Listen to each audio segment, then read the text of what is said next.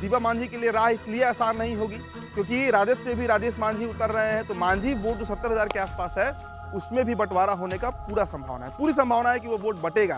पक्के तौर पर है कि राजेश मांझी भी मांझी वोट लेंगे, दीपा मांझी भी मांझी वोट लेंगे। अब देखिए, कंचन पासवान और जितेंद्र पासवान की अगर हम बात करें, दो पासवान प्रत्याशी हैं यहाँ पर, और पासवानों का मतलब संख्या जो है, मतदाताओं की संख्या, वो भी करीब 20,000 के आसपास है।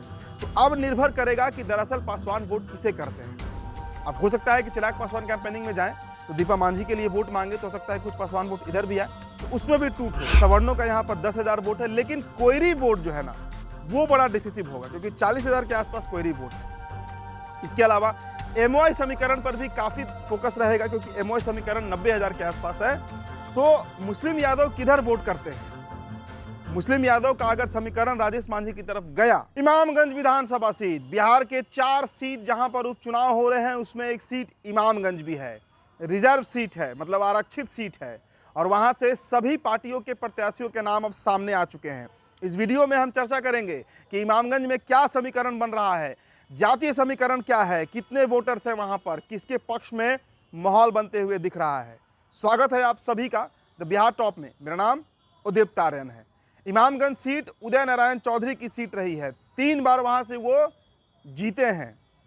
जीतन राम मांझी भी वहां से 2 बार जीते हैं, और जीतन राम मांझी वहां के निवर्तमान विधायक थे जब तक उन्होंने गया नहीं लड़ा था। तो गया लोकसभा सीट से वो आज सांसद हैं, केंद्र में मंत्री बन चुके हैं, और इस बार उनकी बहू जो है, संतोष सुमन की पत्नी दीपा मांझी, वहां से एनडीए की तरफ से प्रत्याशी बनाई गई हैं। लेकिन उससे भी बड़ा सवाल है कि क्या दीपा मांझी बाजी मारेंगी, और कौन कौन प्रत्याशी है। उससे पहले आपको इमामगंज का थोड़ा हम समीकरण बताते हैं। इमामगंज विधानसभा गया जिले में पड़ता है, लेकिन अगर लोकसभा के दृष्टिकोण से देखें तो ये औरंगाबाद लोकसभा का विधानसभा है, मतलब औरंगाबाद लोकसभा क्षेत्र में इमामगंज विधानसभा पड़ता है, जिला गया है। यहाँ पर अगर हम बात करें, 3 प्रखंड आते हैं, एक तो खुद इमामगंज है, दूसरा डुमरिया है, और तीसरा बांके बाजार है। कुल पंचायतों की बात करें यहाँ पर तो 39 पंचायत पड़ते हैं, मतलब 39 पंचायत इस विधानसभा के तहत पड़ते हैं, जिनमें कुल वोटर्स की संख्या अनुमानित जो है वो बता रहे हैं आपको हम, 3,13,275 वोटर है, मतलब करीब करीब 3.25 लाख के आसपास इमामगंज में वोटर्स हैं। अब हम चलते हैं कि जातीय समीकरण क्या है, और फिर जातीय समीकरण कैसे बटेगा अलग अलग पार्टियों में, उस पर भी हम चर्चा करेंगे। जातीय समीकरण की अगर बात करें तो सबसे अधिक वोटर्स अगर इमामगंज में किसी जाति के हैं तो वो मांझी समाज है, 70,000 के आसपास है। दूसरे नंबर पे मुसलमान है, 45,000। तीसरे नंबर पे यादव है, वो भी 45,000 है। तो मुस्लिम यादव समीकरण जो है वो लगभग बराबर है, 45,000। चौथे नंबर पर कोयरी वोटर है 40,000 के आसपास, फिर पासवान है 20,000, रविदास समाज 20,000 है, और सवर्ण समाज जो है वो 10,000 है। मतलब अगर हम सिर्फ दलितों की बात करें, अनुसूचित जाति जनजाति की बात करें, तो करीब करीब 1,10,000, और इसके अलावा और उसमें अगर अन्य जातियों को आप जोड़ लीजिए, पासी को भी आप जोड़ लीजिए, रजक को भी जोड़ लीजिए, तो करीब करीब 1.25 लाख एक तरफा वोट जो है वहां पर अनुसूचित जाति का पड़ता है, और इसीलिए ये रिजर्व सीट है। अब देखिए प्रत्याशी किस पार्टी से कौन बना है, इस पर भी आप नजर डाल लीजिए।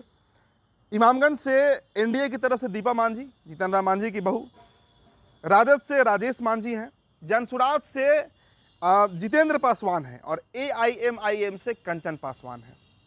कल ही हमने आपको बताया था कि एआईएमआईएम की तरफ से कंचन पासवान है। हालांकि देखिए यह सीट जो है इमामगंज का, अगर हम ऐसे भी समीकरण समझें तो 90 के दशक में ये बुरी तरीके से नक्सल प्रभावित इलाका रहा है, पूरी तरीके से नक्सलियों का ये गढ़ रहा है इमामगंज, और यहाँ पर काफ़ी हिंसा भी हुई है। तो सभी गुणागणित से देखें तो चर्चा में हमेशा इमामगंज जो है वो बना रहा है। अब 4 जो प्रत्याशी हैं, चाहे दीपा मांझी हो, राजेश मांझी हो, कंचन पासवान हो या जितेंद्र पासवान हो, समीकरण क्या बन रहा है। सीट जीतन राम मांझी की रही है, उनकी बहू इस बार मैदान में है, मतलब दीपा मांझी चुनाव लड़ रही हैं। लेकिन जनसुराज और एआईएमआईएम की एंट्री से मामला थोड़ा बिगड़ सकता है। सबसे पहले दीपा मांझी के लिए राह इसलिए आसान नहीं होगी क्योंकि राजद से भी राजेश मांझी उतर रहे हैं, तो मांझी वोट जो 70,000 के आसपास है उसमें भी बंटवारा होने का पूरा संभावना है, पूरी संभावना है कि वो वोट बटेगा। पक्के तौर पर है कि राजेश मांझी भी मांझी वोट लेंगे, दीपा मांझी भी मांझी वोट लेंगी। अब देखिए कंचन पासवान और जितेंद्र पासवान की अगर हम बात करें, 2 पासवान प्रत्याशी हैं यहाँ पर, और पासवानों का मतलब संख्या जो है, मतदाताओं की संख्या, वो भी करीब 20,000 के आसपास है। तो अब निर्भर करेगा कि दरअसल पासवान वोट किसे करते हैं। अब हो सकता है कि चिराग पासवान कैंपेनिंग में जाएं तो दीपा मांझी के लिए वोट मांगे तो हो सकता है कुछ पासवान वोट इधर भी आए, तो उसमें भी टूट होगी। सवर्णों का यहाँ पर 10,000 वोट है, लेकिन कोयरी वोट जो है ना वो बड़ा डिसिसिव होगा, क्योंकि 40,000 के आसपास कोयरी वोट है। इसके अलावा एमओआई समीकरण पर भी काफ़ी फोकस रहेगा, क्योंकि एमओआई समीकरण 90,000 के आसपास है। तो मुस्लिम यादव किधर वोट करते हैं? मुस्लिम यादव का अगर समीकरण राजेश मांझी की तरफ गया, अगर एआईएमआईएम मुसलमान वोटों को नहीं तोड़ पा रही है, नहीं टूटता है, जिस तरीके से बेलागंज में टूट सकता है, वहां पर जामिन अली जो प्रत्याशी बनाए गए हैं वो अगर अफेक्ट इमामगंज में भी दिखा, तब राजद के लिए खेल खराब हो सकता है। क्योंकि राजेश मांझी के साथ अगर मुस्लिम वोट नहीं जुटता है तो 45,000 के आसपास मुसलमान वोट हैं, वो अगर एआईएम की तरफ शिफ्ट कर जाए या जनसुराज की तरफ शिफ्ट कर जाए, तब शायद राजद का खेल बिगड़ेगा। लेकिन अगर वो शिफ्ट नहीं करता है, तब सबसे मजबूत स्थिति में इस वक्त राजेश मांझी ही दिख रहे हैं। दीपा मांझी के ऊपर भारी पड़ सकते हैं, क्योंकि उनको मांझी वोट भी मिल सकता है। इधर एमओआई समीकरण है, मुस्लिम यादव समीकरण है, तो कुल मिला जुलाकर अगर वो एमओआई समीकरण को सिर्फ साध ले, साथ ही साथ रविदास को साध ले, थोड़ा सा मांझी वोट भी तोड़ ले, तो कहीं ना कहीं एक लीड लेते हुए जो राजेश मांझी है, रोशन मांझी उर्फ राजेश मांझी, वो दिख रहे हैं। तो देखिए इमामगंज जो है वो काफ़ी चर्चों में है इन दिनों। उपचुनाव होने जा रहा है, 13 नवंबर को मतदान है, वोटिंग है, और 23 नवंबर को वोट काउंट होना है। समीकरण कैसे बनता है, कैसे साधते हैं, और जीतन राम मांझी के लिए भी ये लड़ाई उतनी आसान नहीं होने जा रही है। फिलहाल इस रिपोर्ट में इतना ही। मेरा नाम उदित तारन है, तभी बिहार टॉप पर वीडियो आप देख रहे थे। अगर आप इमामगंज से हैं तो अपनी प्रतिक्रिया हमारे कमेंट बॉक्स में आप जरूर छोड़ते जाइएगा। बहुत बहुत शुक्रिया।